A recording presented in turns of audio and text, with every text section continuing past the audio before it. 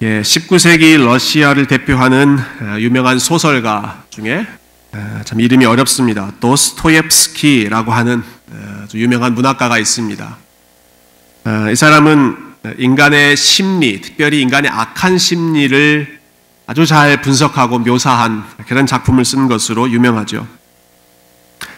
그가 이렇게 인간의 죄악된 마음을 잘 표현할 수 있었던 것은 도스토옙스키 자신이 4년간 감옥에서 생활해 본 경험이 있었기 때문이었습니다.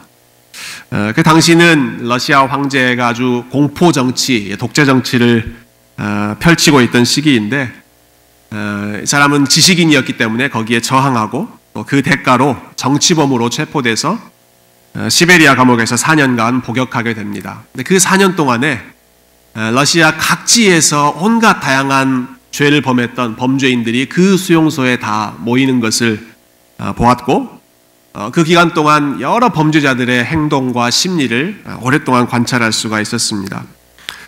그리고 나서 이제 감옥에서 나온 다음에 도스토옙스키가 책을 한 권 출판하는데 그 책의 제목이 죽음의 집에 대한 기록입니다. 죽음의 집, 교도소, 그곳에서 본인이 보냈던 그 시간에 대한 기록, 이런 책을 쓴 것이죠.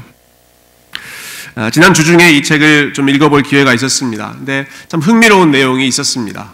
도스토옙스키가 죄수들을 관찰하면서 크게 두 가지 정도를 발견하는데요. 한 가지는 어떤 죄수들도, 거기에 모이는 어떤 죄수들도 자기가 잘못했다고 생각하는 사람은 거의 없었다라는 것이죠. 이렇게 표현합니다. 그들 대부분은 마음속으로 자기가 완전히 옳다고 생각하고 살고 있었다. 이게 첫 번째 죄수들에 대한 관찰이었고요. 또 한 가지 관찰은 이 죄수들은 대부분 누군가를 증오하면서 살고 있었다라는 것입니다. 어떤 사람은 가족을 미워하고 증오하고 있었고요. 어떤 사람은 국가에 대한 반감, 국가를 미워하고 있었고요. 또 어떤 사람은 다른 민족, 러시아 아닌 폴란드 민족을 죽어라고 미워하면서 그렇게 증오심에 불타오르며 살아가던 모습을 이 사람이 발견합니다. 근데 그 모습을 오랫동안 보고 나서 관찰한 후에 도스토옙스키가 이렇게 결론을 내립니다. 증오는 결국 증오하는 사람 그 자신을 가장 불행하게 만든다. 증오는 증오하는 사람 그 자신을 증오스럽게 만든다. 이렇게 결론을 내리는 것이죠. 아마 성경에 나오는 인물 중에 오늘 본문에 나오는 사울 왕 같은 사람이야말로 그 책에서 이야기한 죄인의 심리 그리고 죄인의 불행에 대해서 가장 잘 맞는 케이스, 좋은 사례 중에 하나라고 생각합니다. 우리가 잘 알고 있는 것처럼 사울 왕은 계속해서 다윗을 미워하면서 살고 있습니다. 죽어라고 미워하면서 살고 있습니다. 그런데 다윗을 향한 미움이 이제는 다윗을 넘어서 자기의 가족, 자기의 동족, 그리고 주변에 있는 모든 사람들에게까지 사울의 증오가 확장됩니다. 여러분 오늘 시작하는 6절 말씀 우리 한 절씩 차근차근 살펴보죠. 6절부터 이렇게 시작합니다. 6절 말씀이 사울이 다윗과 그와 함께 있는 사람들이 나타났다 함을 들으니라. 지난주에 우리가 묵상했던 그 앞부분에서는 다윗이 아둘람 굴에서 생활했죠. 여러 환난당한 사람들이 다윗 주변에 모여서 같이 위로하고 격려하고 또 같이 하나님 예배하고 찬양하고 그 가운데 하나님의 뜻이 무엇인가를 같이 고민했습니다. 그러다가 결국 선지자 한 사람이 여기에 머물러 있지 말고 유다 땅으로 돌아가십시오. 사울 왕이 있는 그곳으로 다시 돌아가십시오. 참 어려운 명령을 내렸습니다만 그 명령에까지 순종하는 모습, 거기까지 저희가 살펴보았습니다. 사울 왕이 지금 그 소식을 들은 것이죠. 다윗과 그의 일행이 가까이로 왔다, 유다 땅으로 들어왔다라고 하는 소식을 들은 것입니다. 그리고 신하들을 불러서 회의를 소집합니다.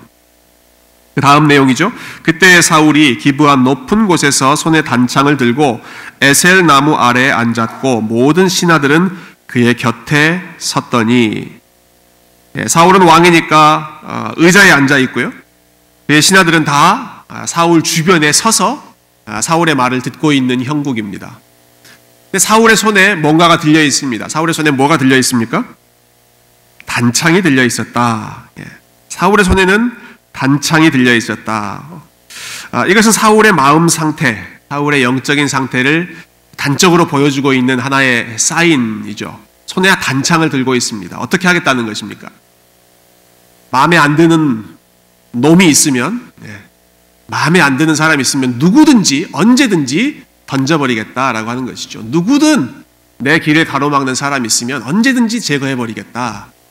항상 마음속에 지금 칼을 품고 또 손에 단창을 들고 살아가는 사람이 이 사울 왕의 모습이었습니다. 이 상태에서 그가 신하들에게 어떤 말을 하고 있는지 여러분 한번 들어보시죠. 7절 말씀에 사울이 곁에 선 신하들에게 이르되 너희 베냐민 사람들아 들으라. 이 부분도 흥미롭죠. 너희 베냐민 사람들아 들으라. 여러분 이스라엘은 12지파가 모여있는 구성되어 있는 나라입니다. 그런데 사울의 주변에는 지금 사울의 신하들 너희 베냐민 사람들아 라고 부르고 있습니다. 사울이 베냐민 지파 사람이었기 때문에 나 다른 11지파 사람들은 못 믿어. 베냐민 사람들만 내 주변에 있어야 돼 라고 한 것이죠. 너희 베냐민 사람들아. 그런데 이제는 자기 동족 이 베냐민 사람들도 못 믿겠다라는 것입니다. 베냐민 사람들아 들으라. 이새의 아들이 너희에게 각기 밭과 포도원을 주며 너희를 1000부장 100부장을 삼겠느냐. 또 8절 말씀 보시면 너희가 다 공모하여 나를 대적하며 내 아들이 이새의 아들과 맹약하였으되 내게 고발하는 자가 하나도 없고 나를 위하여 슬퍼하거나 내 아들이 내 신하를 선동하여 오늘이라도 매복하였다가 나를 치려고 하는 그 상황을 내게 알리는 자가 하나도 없도다. 사울의 마음이 지금 얼마나 불안한 상태인지, 인시큐어한 상태인지가 여실히 드러나고 있죠. 일종의 과대망상 환자라고 할까요? 피해망상에 사로잡혀 있습니다. 너희들이 지금 내 신하들, 너희들조차 다윗과 지금 짝짝꿍하고 있고 요나단과 손잡고 나를 죽이려고 다 대적하고 있다. 여러분 그랬을까요? 그렇지 않았습니다. 사울의 신하들이 지금 그런 상태 아닙니다. 사울의 말 열심히 지켜서 다윗 잡으려고 하는 그런 상태였습니다. 사울이 스스로 그렇게 생각하고 있는 것이죠. 너희들까지 지금 다 나를 대적하고 있고 너희들도 숨어 있다가 매복해 있다가 나를 공격하고 나를 죽이려고 했지. 이렇게 계속 몰아세우고 있는 것이죠. 사실이 아니지만 사울 자신이 만들어 놓은 그 세상 속에서 자기가 보고 싶어 하는 그 현실 속에서 빠져나오지 못하고 모든 사람을 의심하고 모든 사람에게 적대심을 표현하면서 사울 왕이 살고 있는 것이죠. 누구도 믿지 못하고 있는 것입니다. 그래서 여러분 주변의 가족들 중에 혹은 같이 가까이 지내는 분들 중에 이런 예민한 분들이 계실지 모르겠습니다. 잘 믿지 않고 아주 심리적으로 늘 불안함 가운데 초조함 가운데 불신하며 사는 그런 사람들이 가까이에 있으면 또 그런 사람들과 같이 시간을 많이 보내다 보면 얼마나 마음이 피폐해지고 또 같이 이렇게 황폐해지는지 모릅니다. 아마 이 신하들 이런 사람을 상사로 모시고 섬겨야 하는 이 신하들의 심정 역시도 마찬가지였겠죠. 사실이 아닌 내용을 억지로 주장하면서 자기가 원하는 것으로 몰아가고 있는 이 사울 왕 앞에서 아마 신하들은 어이가 없었을 것입니다. 그래서 대꾸할 생각도 하지 않고 어쩌면 속으로 또 시작이다, 또 시작 이렇게 생각했을지도 모르죠. 또 조금만 참아. 좀 지나면 그냥 다시 진정될 테니까 좀만 참자. 그리고 서로 조용히 침묵을 지키면서 그 상황이 지나가기만을 기다리고 있었을지 모르겠습니다. 근데 바로 그때 신하 중에 한 사람이 손을 들었습니다. 손을 들었다는 말은 성경에 나오진 않습니다만은 손을 들었을 것 같습니다. 손을 들고 왕이시여 제가 드릴 말씀이 있습니다. 라고 나섭니다. 9절 말씀에 그 장면이 기록되어 있죠. 제가 읽어보겠습니다. 그때 에돔 사람 도액이 사울의 신하 중에 섰더니 대답하여 이르되 이새의 아들이 노베 와서 아히두베 아들 아히멜렉에게 이른 것을 내가 보았는데 아히멜렉이 그를 위하여 여호와께 묻고 그에게 음식도 주고 블레셋 사람 골리앗의 칼도 주더이다. 여러분 에돔 사람 도액이라고 하는 이름을 혹시 기억하십니까? 저희가 2주 전에 다윗이 도피하면서 제사장을 만났을 때 그 현장에 한쪽에 있었던 사람이 요 에돔 사람 도액이었습니다. 이 사람이 지금 나서기 시작하는 것입니다. 사울 왕이시여, 제가 본 게 있습니다. 밀고 하는 것이죠. 제가 봤는데 다윗이 노비라고 하는 땅에 왔고 제사장 아히멜렉을 만났고, 아히멜렉은 이 다윗을 위해서 여호와께 묻기도 하고, 여호와께 물었다라고 하는 것은 하나님께 기도해 주었다라고 하는 뜻이죠. 묻기도 하고 음식도 주고 칼도 주더이다. 사실 도액이 지금 하고 있는 세 가지 말 중에 두 가지는 사실입니다. 제사장이 음식도 줬고요, 칼도 주었습니다. 그렇지만 여호와께 묻기도 했다라고 하는 것은 우리가 읽었던 본문에 나오지 않는 내용입니다. 그렇지만 사울의 분노를 더 자극하기 위해서, 그리고 자기가 봤던 그 장면이 얼마나 아주 중요한 장면인지를 부각시키기 위해서 살짝 거짓말을 섞어서 이 상황을 보고하는 것이죠. 이 말을 듣고 사울 왕이 가만히 있을 리가 없죠. 당장 사람을 보내서 이 에돔 사람 도액이 보고한 대로 다윗이 만났다고 하는 그 제사장을 부릅니다. 그 제사장 아히멜렉 한 사람만이 아니라 같이 있는 제사장 가족들을 또 다 부릅니다. 그리고 신문하기 시작합니다. 자기 신하에게 추궁했던 것처럼 똑같이 너도 다윗하고 손잡고 나를 죽이려고 했지, 매복시켰다가 나의 생명을 취하려고 했지, 계속해서 신문하고 꼬치꼬치 캐묻고 있습니다. 아무리 아히멜렉이 사울을 진정시키면서 자신의 결백을 주장하고 그렇지 않습니다, 나는 당신의 충신입니다, 다윗도 당신의 충신입니다, 사실을 이야기하지만 이미 사울에게는 들을 귀가 없는 상태입니다. 판별할 수 있는 그런 분별력이 사울에게는 없는 상태이죠. 자, 16절 말씀 보니까 왕이 이르되, 아히멜렉아, 제사장입니다, 네가 반드시 죽을 것이요 너와 네 아비의 온 집도 그러할 것이다. 죽이기로 결심한 것이죠. 그리고 이 제사장들을 죽이라라고 하는 명령을 주변에 서 있는 모든 신하들에게 내렸습니다. 자기 주변에 가까이 서 있는 왕의 호위병들에게 이 아히멜렉과 그 온 가족, 제사장 모든 사람들을 다 죽여라. 여러분, 그 현장에 있었던 그 사울의 신하의 입장이었다면 여러분 그 명령에 어떻게 반응하시겠습니까? 사울이 시킨 대로 하시겠습니까? 아니면 불복하시겠습니까? 이 신하들이 그 명령에 순종하지 않았습니다. 아마 한편으로는 지금 사울이 정상적인 상태가 아니다, 이런 명령이 지금 정당한 명령이 아니다라고 하는 것을 그들이 알았겠죠. 또 다른 한편으로는 아무리 그 명령이 정당한 명령이라고 하더라도 특히 이 이스라엘은 종교가 굉장히 중요한 사회였고 제사장의 위치가 하나님께서 기름 부으신 사람이다라고 하는 그 제사장의 위치를 인정하는 사회였는데, 자기 손을 들어서 자기 칼로 제사장을 죽인다, 어느 누구도 자기 손에 피를 묻히고 싶어 하지 않았을 것입니다. 선뜻 내키는 일이 아니죠. 참 안타깝게도 이 본문이 좀 왜곡되게 적용될 때가 참 많이 있습니다. 어떤 분들은 이제 구약의 제사장은 오늘날 하나님께서 기름 부어 세우신 주의 종 목사들이다라고 하면서 제사장 죽이면 큰일 납니다, 이렇게 위협하고 경고하는 그런 분들도 계십니다.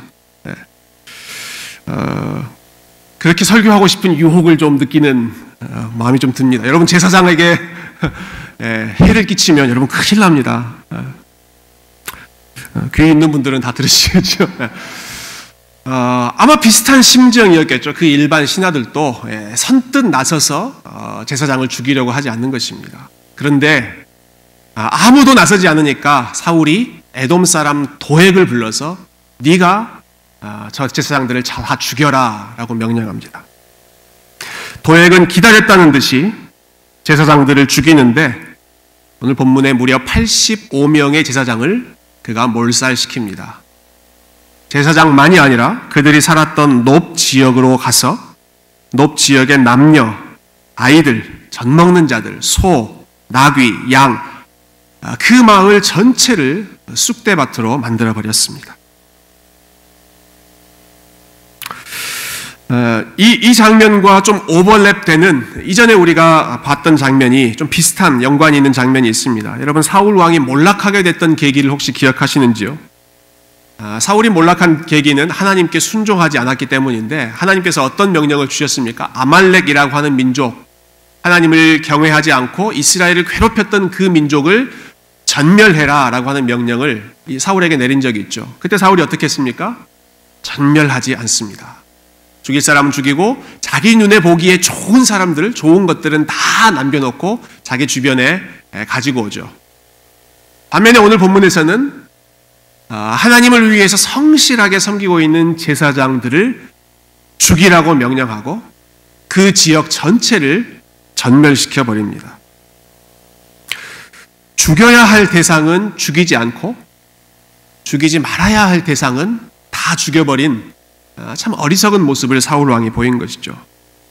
늘 마음에 칼을 품고 손에 단창을 들고 살던 이 사울이 그 칼을 써야 할 곳에 쓰지 않고 쓰지 말아야 할 곳에 씀으로 인하여서 참 이스라엘 역사, 성경 역사의 가장 안타까운 비극 중에 비극을 일으킨 장본인이 되어버린 것입니다. 사람에 대한 증오 때문에, 사람에 대한 불신 때문에, 의심 때문에, 그리고 자기 자신의 위치를 지켜야 한다는 어떠한 절박감, 불안함, 자기의 욕심, 야망 때문에 주변의 모든 사람들을, 특별히 선량한 사람들을 죽이는 사울의 눈이 이토록 어두워져 버렸고 그의 마음이 이토록 포악해진 안타까운 모습, 저희가 오늘 본문을 통해서 보고 있습니다.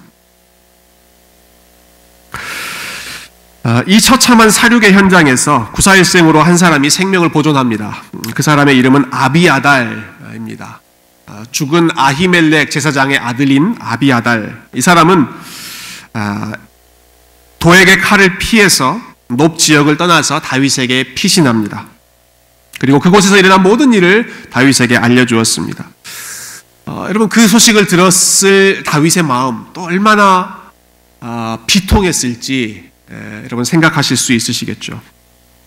얼마나 무겁고 얼마나 이 아비아달에게 또 죽은 사람들에게 미안한 마음이 컸겠습니까?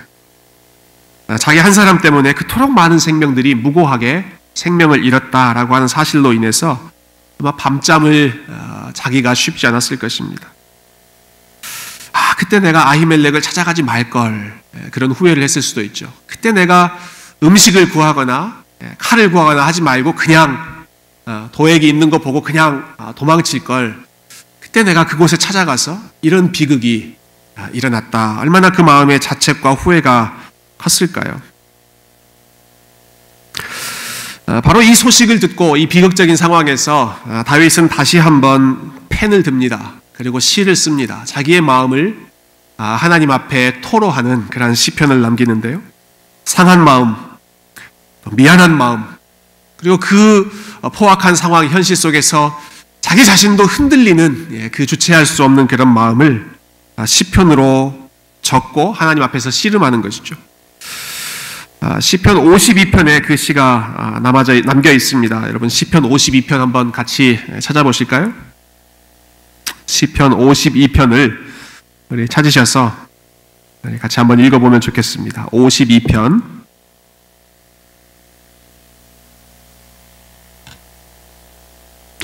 예, 52편 보면 제목이 이렇게 되어 있죠. 다윗의 마스길, 인도자를 따라 부르는 노래. 에돔인 도액이 사울에게 이르러 다윗이 아히멜렉의 집에 왔다고 그에게 말하던 때에, 오늘 본문의 모든 비극이 일어났던 바로 그때에 다윗이 쓴 시입니다. 1절과 2절 우리 한번 같이 읽어보실까요? 1절, 2절 시작. 포악한 자여, 네가 어찌하여 악한 계획을 스스로 자랑하는가? 하나님의 인자하심은 항상 있도다. 내 혀가 심한 악을 꾀하여 날카로운 삭도같이 간사를 행하는도다. 포악한 자여, 사울을 가리키는 말이고 에돔 사람 도액을 가리키는 말이죠. 네가 어찌하여 악한 계획을 스스로 자랑하는가? 너의 혀가 심한 악을 꾀하여 날카로운 삭도와 같이, 우리 면도하는 그 날카로운 칼 있지 않습니까? 삭발할 때 쓰는 그 삭도, 닿기만 해도 그냥 쓱쓱 살이 베이는 그러한 삭도와 같이 사울의 입에서 나오는 말, 도액의 혀, 거기에서 나오는 그러한 간사한 말, 거짓된 말이 사람들의 마음을 삭도와 같이 베이고 실제로 사람들의 생명을 앗아가는 그러한 도구로 쓰임 받은 상황이죠. 쭉 그들의 악한 행실을 이야기하면서 다윗이 7절에는 그 악인들의 마음속에 있는 핵심을 폭로하고 있습니다. 7절 제가 읽어보겠습니다. 이 사람은 하나님을 자기 힘으로 삼지 아니하고 오직 자기 재물의 풍부함을 의지하며 자기의 악으로 스스로 든든하게 하던 자라 하리로다. 사울의 마음, 도액의 마음을 정확하게 파악하고 고발하는 것이죠. 그들은 하나님을 자기 힘으로 삼지 않은 사람들이다. 그들은 자기의 재물을 힘으로 삼았던 사람들이고 자기의 능력, 자기의 힘, 자기의 계획, 자기의 날카로운 칼, 그러한 것들을 의지하면서 스스로 자기의 자리를 든든하게 세우려고 애를 썼던 사람들이다. 그래서 자기의 자리를 지키는데 조금이라도 걸림돌이 있는 사람이라면 칼을 휘두르든지 거짓된 속임수를 쓰든지 해서 어떻게든 그 사람들을 다 제거하고 자신의 자리만 든든히 지키려고 했던 그런 사람들, 그런 악인들의 모습을 다윗이 고발하는 것이죠. 여러분, 이런 일이 일어났을 때 참 하늘에서 벼락이 떨어지거나 사울이나 도액이 그 즉각 하나님의 심판을 받았으면 얼마나 통쾌하고 또 얼마나 감사하겠습니까? 우리 하나님 정말로 살아계시는구나, 그런 거 보지 않겠습니까? 근데 그런 일이 일어나지 않았습니다. 오히려 그 후에도 사울은 계속해서 자기 왕으로서의 자리를 잘 지켰을 것입니다. 어쩌면 도액 이 악한 사람은 자기가 행한 이 악한 일로 인해서 사울의 총애를 받고 가장 높은 자리, 사울의 측근, 최측근이 되어서 많은 재물도 많은 권력도 누릴 수 있는 아마 승승장구한 그러한 미래를 만났을 것입니다. 우리가 이러한 악한 현실을 보고 듣고 또 경험할 때 참 우리의 마음이 흔들릴 때가 참 많이 있죠. 참 악인들이 저렇게 악하게 살아가는데도 더 세상에서 잘 나가는 것 같을 때, 이 살벌한 세상에서 나도 저렇게 좀 따라가야 되는 것 아닌가, 그런 유혹이 들지 않습니까? 사람들이 다 이렇게 거칠게 행동하고 속임수를 쓰고 그러면서 자기의 자리를 지키고 더 한 단계 위로 올라가는 그러한 모습들을 볼 때마다 이 흐름을 따라가지 않으면 나만 뒤처지는 것이 아닌가, 나만 바보 되는 것 아닌가, 나만 그냥 당하고 있는 것이 아닌가, 그러한 흔들리는 마음. 아마 다윗도 이렇게 그의 마음이 심히 흔들리지 않았을까 생각합니다. 자기는 광야에서 계속 이리저리 도망치면서 오늘은 동굴에서 지내고 내일은 수풀에서 지내고 또 그 다음 날은 광야 척박한 땅에서 지내고 있는데, 사울 왕은, 도액은 점점 재물로 쌓아가고 궁궐에서 아주 넉넉하게 살아가고 호의호식하고 있는 그러한 모습 보면서 내가 진짜 어떻게 살아야 하는가, 하나님 어떻게 사는 것이 올바른 삶입니까?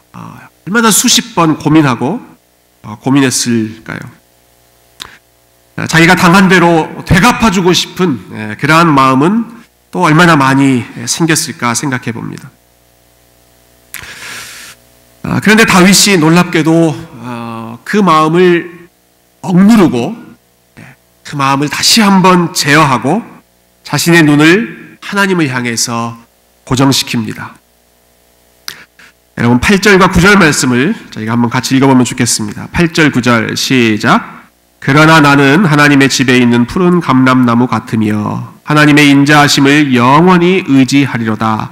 주께서 이를 행하셨으므로 내가 영원히 주께 감사하고 주의 이름이 선하심으로 주의 성도 앞에서 내가 주의 이름을 사모하리로다. 아멘. 8절이 그러나 라고 하는 단어로 시작하죠. 성경의 가장 중요한 의미를 가진 단어 중에 하나는 그러나입니다. 그래서 금요일에도 한번 말씀드린 적이 있지만 이 마틴 로이드 존스 목사님, 아주 유명한 목사님께서 이렇게까지 표현하신 적이 있습니다. Thank God, 하나님께 감사합니다. For the word but in the Bible. 성경에 있는 but, 그러나라고 하는 단어 때문에 저는 하나님께 감사하겠습니다. 그렇게 표현할 정도로 반전을 이루는 것이죠. 다윗이 7절에서 그 악인들의 마음, 스스로 자신을 지키려고 하는 그 마음, 그러면서 세상에서 형통해가는 그 모습을 목도하고 그 모습을 보면서도 그러나 나는 하나님의 집에 심겨진 푸른 감람나무와 같이 살겠습니다. 하나님, 그러나 나는 악인들이 형통하는 것 부러워하지 않겠습니다. 사울이 하는 것처럼, 도액이 하는 것처럼 그렇게 살지 않겠습니다. 칼을 들지 않겠습니다. 거짓된 방법으로 사람들 등쳐먹는 일 저는 하지 않겠습니다. 저는 제가 푸른 감람나무인 것을 기억하며 살겠습니다. 여호와의 선하심을 의지하면서 살겠습니다. 저들은 자기의 재물을 의지하고 자기들의 손을 의지하고 자기들의 힘을 의지하면서 살지만 하나님, 저는 여호와의 인자하심을, 하나님을 저의 힘으로 삼고 살겠습니다. 그 살벌한 현실에서 하나님 앞에 믿음을 고백하는 것이죠. 다윗이 이렇게 믿음을 고백할 수 있었던 것은 그가 지금 벌어지고 있는 그 상황의 모습이 아니라 종국의 하나님께서 하실 일을 믿음으로 바라보고 있었기 때문입니다. 오늘 본문의 5절과 8절이 의인의 모습과 악인의 모습을 비교해주고 있는데요. 영어 성경에는 두 본문 모두 똑같은 단어 but, 그러나로 시작합니다. 여러분, 5절은 악인에 대한 말입니다. 그런즉 하나님이 영원히 너를 멸하시며 너를 붙잡아 네 장막에서 뽑아내며 살아있는 땅에서 네 뿌리를 빼시리로다. 네가 든든히 살고 있는, 평안하게 살고 있는 너의 장막에서 하나님께서 반드시 너를 뽑아내시되, 마치 나무의 뿌리를 뽑아내시는 것처럼 그렇게 도액, 사울, 당신들을 하나님께서 반드시 심판하실 것이다. 그러나 나는 하나님의 집에 심겨진 푸른 감람나무 같이 흥황할 것이다. 하나님께서 내 삶을 인정하실 것이다. 하나님의 손에 의해서 뿌리가 뽑히는 이 악인의 삶과 하나님의 손으로 직접 심겨져서 하나님의 뜰 안에서 성장하는 푸른 감람나무, 본인의 삶을 비교하면서 나는 의인의 삶을 지키겠다. 시편 1편에 나오는 말씀과 연결되는 내용이죠. 사실 오늘 본문은 시편 1편의 확장판 혹은 또 다른 버전이라고 할 수도 있겠습니다. 의인은, 복 있는 사람은 악인의 꾀를 쫓지 않고 오만한 자의 자리에 앉지 않고 오직 여호와의 율법을 즐거워하며 시냇가에 심은 나무처럼 하나님 곁에 딱 붙어서 사는 사람이다. 하나님께서 반드시 의인은 인정하시나 악인의 길은 망하리로다. 그 지혜를 다윗은 계속 묵상하고 기억하고 애썼던 것입니다. 사울과 도액, 당신을 따르지 않겠습니다. 나는 여호와의 의인으로 살겠습니다.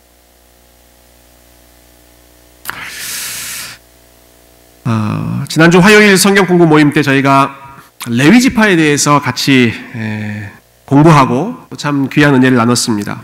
저는 오늘 본문에 대한 그 결론으로 이 레위 지파의 스토리를 다시 한번 생각해 보고 싶습니다. 오늘 본문의 결론으로 너무 잘 어울리는 사람인 것 같아요. 여러분, 성경에 레위 지파라고 하는 이름이 자주 등장합니다. 이스라엘의 12지파 중에 그들은 다른 일을 하지 않고 오직 성전을 지키고 하나님 예배하는 일에 몰두했던, 전념했던 사람들입니다. 아주 특별한 지파죠. 아주 거룩한 지파입니다. 그런데 이 지파의 시조였던 레위라고 하는 사람은 잔인하고 폭력적인 인물이었습니다. 이런 일이 있었죠. 자기 여동생이 주변 부족의 한 남자에게 성폭행을 당하는 일이 있었습니다. 오빠로서 분한 마음이 드는 건 당연한 일이죠. 그런데 그 분한 마음을 갚아나가는 과정에서 그것을 보복하는 가운데 그 악한 일을 행한 당사자만이 아니라 그와 함께 살고 있는 모든 부족 전체를 칼로 쓸어버립니다. 그리고 그 계획을 이루기 위해서 레위가 사용한 방법은 거짓말이었습니다. 거짓말. 그 사람들에게 야 너희가 우리와 사이좋게 지내려면 우리는 할례 받은 백성이니까 너희들도 할례 받으면 우리랑 가깝게 지낼 수 있고 결혼도 할 수 있고 잘 지내보자 이렇게 이야기를 해놓고 나서 막상 그 부족의 남자들이 다 할례를 받고 회복을 기다리고 있는 상황에 자기 형제와 칼 들고 쳐들어가서 그 부족을 다 쓸어버리고 노략했던 것이죠. 이토록 폭력적이고 이토록 거짓된 사람이 레위라고 하는 사람이었습니다. 그래서 나중에 야곱이 자기 아들들 다 축복하면서도 레위에 대해서는 야 너는 잔인한 사람이다. 너랑은 함께 있으면 불안해서 못 살겠다. 축복이 아니라 오히려 저주의 기도를 드릴 정도로 레위가 그러한 폭력적인 사람이었던 것이죠. 그런데 놀라운 것은 시간이 흘러서 하나님 나라를 이루어가는 과정 속에 하나님께서 이 레위의 후손들을 레위 지파를 부르십니다. 그리고 성전을 섬기는 사람으로 레위를 바꾸십니다. 이렇게 말씀하시는 것이죠. 레위 지파 너희들은 원래 잔인한 백성들이었다. 너희는 모든 것을 칼로 해결하려고 했던 사람들이다. 너희들은 모든 문제를 남 속여서 폭력적으로 사기치면서 너희들의 목적을 이루려고 했던 사람들이다. 그렇지만 이제부터 너희들은 손에 칼을 내려놓고 성전을 섬기는 일에 헌신해라. 다른 민족들, 다른 지파들은 다 전쟁이 일어나면 칼을 들고 싸우러 나가지만 레위 지파 너희들은 나가지 마. 더 이상 칼 들지 마. 그냥 성전에서 나를 예배하는 삶에만 헌신해. 너희들은 이전에 사람들을 속이고 잔인한 말했던 입술이지만 이제는 성전에서 하나님을 찬양하고 말씀으로 너희들의 입술을 채우고 그 말씀으로 사람들을 축복하는 일, 그 일에 너희들은 부름받았으니까 레위 지파 너희들은 이 일에 헌신해라. 여러분 하나님께서 다른 지파는 다 땅도 주시고 싸워서 쟁취하라고 하시는데요. 레위 지파에게는 너희들은 땅을 차지하지 말고 내가 너희의 기업이 되어주겠다라고 약속해 주십니다. 다른 사람들은 열심히 자기 손으로 싸우면서 그 땅을 차지하지만 레위 지파 너희들은 칼 들지 말고 내가 너희의 기업이 되어줄 테니 너희는 나만 바라보고 나만 의지하고 나를 너희의 힘으로 삼고 살아가라. 예수님께서도 그렇게 말씀하셨죠. 팔복을 말씀하실 때 온유한 자는 복이 있나니 그들이 땅을 기업으로 받을 것이다. 땅을 얻는 방법, 일반적으로는 경쟁하고 싸우고 그래서 승리해서 얻는 것이 자연스러운 방법이지만 하나님 나라에서 예수님께서 가르쳐 주시는 원리는 온유한 자가 땅을 기업으로 얻는다. 온유한 자가 하나님을 자기의 소유로 삼는다. 칼로 흥하는 것이 아니라 온유함, 인내, 참는 것, 용서하는 것으로 너희들은 승리해라. 레위 지파에게 주신 약속이 저와 여러분 모든 성도들에게 공통적으로 오늘도 계속해서 우리에게 주시는 하나님의 약속이고 하나님의 명령인 줄로 믿습니다. 여러분 마음에 칼을 품고 사는 분이 혹시 계십니까? 혹시 레위 지파처럼 칼로 해결하는 걸 좋아하는 분이 혹시 계십니까?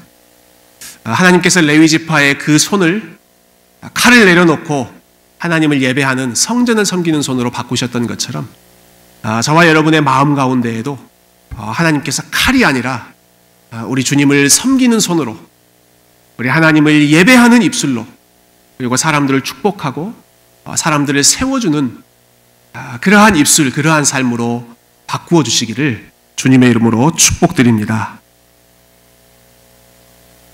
여전히 우리 주변에 사울 같은 사람, 도액 같은 사람이 많이 있고 또 우리의 마음속에도 사울 같은 마음, 도액 같은 마음이 불쑥불쑥 들어들 때가 있지만 여러분 우리 주님께서 어떻게 걸어가셨는지를 여러분 늘 기억하시기를 바랍니다. 우리 주님께서 끝까지 참으시고 끝까지 인내하시고 온유하시고 특히 예수님께서 제자들에게 보여주셨던 마지막 모습은 겟세마네 동산에서 자기를 잡으러 왔던 그 군병들을 향하여서 오히려 순순히 자기의 삶을 맡기고 그 순간에 칼을 들었던 베드로에게 베드로야 너의 칼을 다시 칼집으로 집어넣어라. 칼로는 하나님의 나라가 승리할 수 없다. 칼을 다시 칼집으로 집어넣게 하신 예수님, 레위 지파의 삶을 온유한 백성으로 바꿔주신 그 하나님, 에돔 사람 도액, 사울 왕의 그 포갑, 거짓된 삶의 모습 속에서도 그것을 따르지 않고 그것을 부러워하지 않고 오히려 그것을 불쌍히 여기면서 저들은 하나님을 자기 힘으로 삼지 않기 때문에 저렇게 어리석은 일을 행하고 있다. 그러나 나는 하나님을 나의 기업으로 삼겠다. 이러한 믿음으로 다윗처럼 또 레위 지파처럼 믿음의 길, 온유한 길 걸어가시는 우리 아틀란타 세교회 성도님들 다 되시기를 주님의 이름으로 축복드립니다. 함께 기도하겠습니다.